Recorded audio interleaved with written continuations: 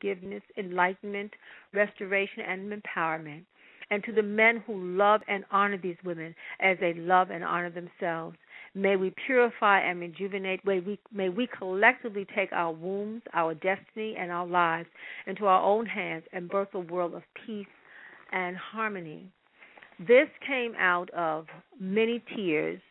The women, if you have issues in your mind and in your heart, over time, every disease starts on a spiritual level. If unaddressed, it then takes form on a physical level. So whether it be diabetes or high blood pressure, obesity, headaches, depression, it started first on an emotional level, something that you were upset about. Sometimes it's a hit-and-run lover. Sometimes someone promised you something, a mate that you just opened your womb to, opened your soul to, and he wasn't able to come through. Sometimes you invested in someone loving you, and they might have been a rolling stone going from woman to woman. Sometimes it's from incest, and the child is hurt, and she grows into a teenager still hurt, unresolved, unable to speak openly about it, not knowing how to handle it. And over time, if it's not handled, if it's not purged, if it's not processed, if you don't get a chance to speak it through, if you don't bathe it out of you, go to the ocean and purge it from you and learn whatever came with that, then it will translate itself into hostility, to anger, to disregard for your own self. You may be self-anger. It may be anger for your relationships. You may have never resolved some issues with your father or your uncle, and as a result, you can't have healthy relationships. So the anger is in the heart, and it reflects itself in the woman's womb when she starts to bleed and clot. And so when I would talk to the women, I would say, when they would come, I'm having hysterectomy, I would say, okay, give me background on your womb life. What has happened? What were some of your experiences and your issues? And it always leads me back to, in 19 so-and-so, I got so angry, I got so hurt, I got so lonely, I got so enraged. How could that happen to me? Why did it happen again? And all of that is unresolved issues that are now in our wombs, that are out now in our tissues. And so I remember when I went to the UK, and the book wasn't out at the time, but a brother asked me, a radio personality was speaking to one of the people who was interviewing. She has one of the largest theaters in the UK. And he said, Queen Afua is writing this book on overcoming angry vagina. She said, what? She said, I'm a proper British woman, and I do not have an angry vagina. And she says, I would like to interview her. So, okay, throw me into the fire. I'm in the fire. So she asked me, I said, the tumors, the cysts, the bleeding, the clotting, the babies that didn't make it, the prolapsed wombs that are dropping out of our uterus, all of this is reflection of our hurt, our sadness, our depression, our loneliness, our feeling like we're not whole, incomplete. And all of that, she said, well, you know what? Maybe I had an angry vagina a few years ago, and something did vex me, And so she was starting to relate and connect it to some of her emotional issues. So that's really what it is. And if someone asked me in another interview, he says, what is an angry vagina? I said, what is the book about? And I told him the subtitle. It's about the journey to womb wellness. We don't get stuck there.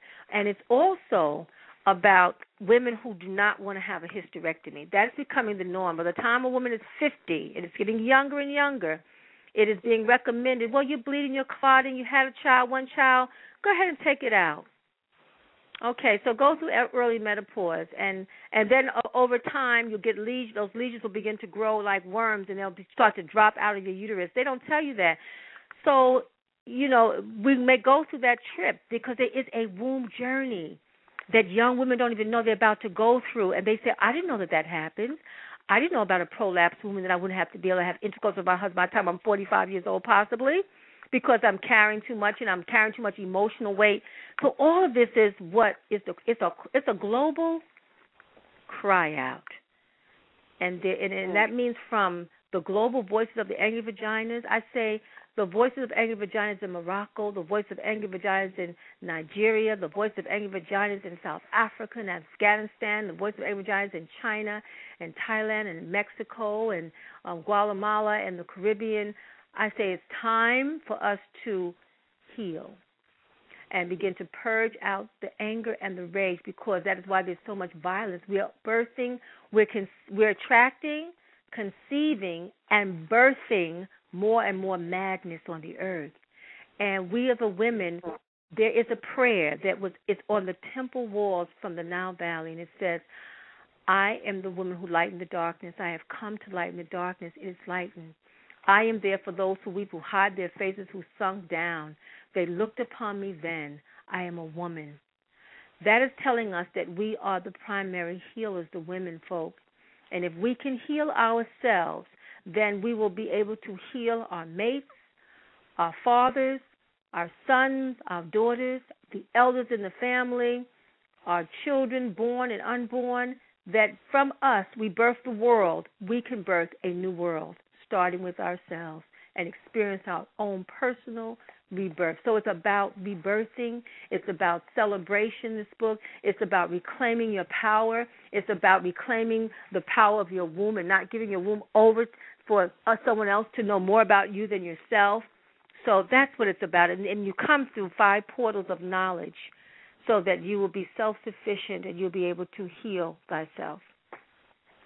Ashe, that is wonderful. Thank you so much for sharing that with us.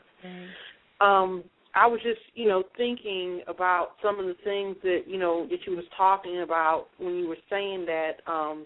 I know in the Yoruba culture, which is what I practice and everything, there are actual rituals in which it seems that part of your program is the rituals that are done for women when they lose a child.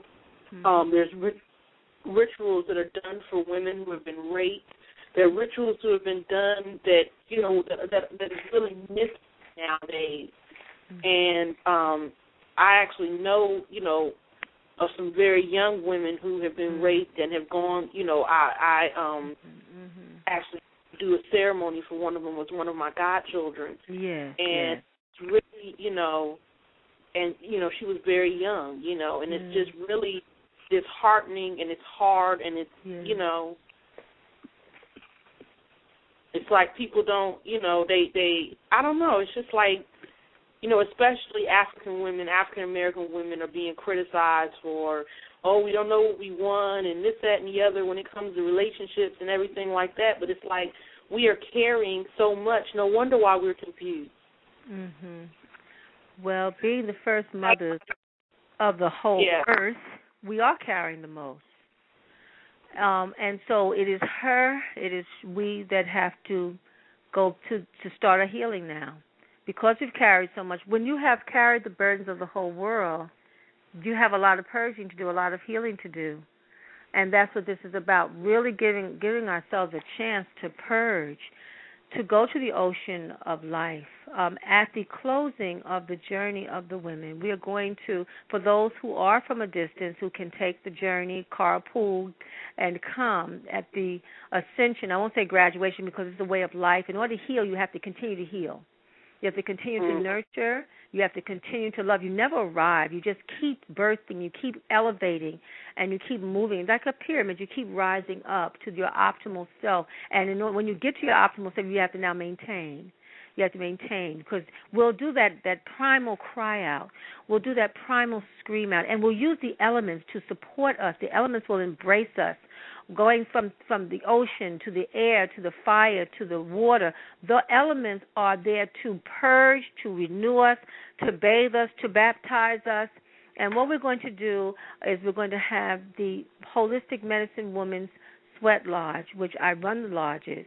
And it's going to be hours of sweating and purging and being on the soil, being on the earth, and allowing the rocks, allowing the elements to just begin to let go of not just the rape and the pain of this lifetime, but we are carryovers of our bloodline. If you think about slavery, we still are carrying over. It's just been 100-some years.